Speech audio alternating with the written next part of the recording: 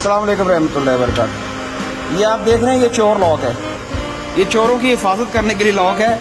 इसको आप स्टीयरिंग पे लगा सकते हैं। ये आप बूट में रखें और इससे स्टीयरिंग लॉक हो जाता है। ये बड़ा ज़रूरी है। आजकल चोर जो है ना, गेट का जो लॉक होता है उसको खोलना, गाड़ी को स्टार्ट करना, ये उनके लिए मामूली केस है। लेकिन चोर इसको काटने भी लग जाए तो इसको काटते हुए टाइम लगेगा। हो सकता है 2 घंटे लग जाए, 4 घंटे लग जाए। तो इसलिए स्टीयरिंग लॉक यूज़ करें और अपनी गाड़ी को महफूज रखें, वरना फिर आपकी गाड़ी तो गई। सब्सक्राइब करें, वरना फिर मिलते हैं तुक्के से स्क्रॉल करते हुए। अल्लाह हाफिज़। अस्सलाम वालेकुम रहमतुल्लाहि व बरकातहू। ये आप देख रहे हैं, ये गाड़ी का बूट है। गाड़ी के बूट के अंदर ये कफूर की गोलियां लगी हुई हैं। कफूर की गोलियां क्यों लगाते हैं पता है आपको?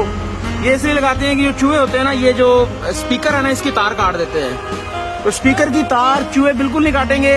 अगर आप कफूर की गोलियां थोड़ी सी लगा देते हैं, 2 या 4 गोलियां ऐसे हैंग आउट कर देते हैं, तो स्पीकर की तार चूहे बिल्कुल नहीं काटेंगे। चूहे बिल्कुल आप बूट में आएंगे नहीं, क्योंकि चूहे जो है उनको भी स्मेल आती है। आती है स्मेल? आपको कैसे पता चूहों को स्मेल आती है? अच्छा, आपको पता है। तो जनाब, ये मैंने आपको बता दिया कि बूट के अंदर जो है ना, आप कफूर की गोलियां रखें और आप महफूज रहेंगे। आपका नुकसान नहीं होगा, स्पीकर का नुकसान नहीं होगा, चूहे तार नहीं काटेंगे। सब्सक्राइब करें, वरना फिर मिलते हैं तुक्के से स्क्रॉल करते हुए।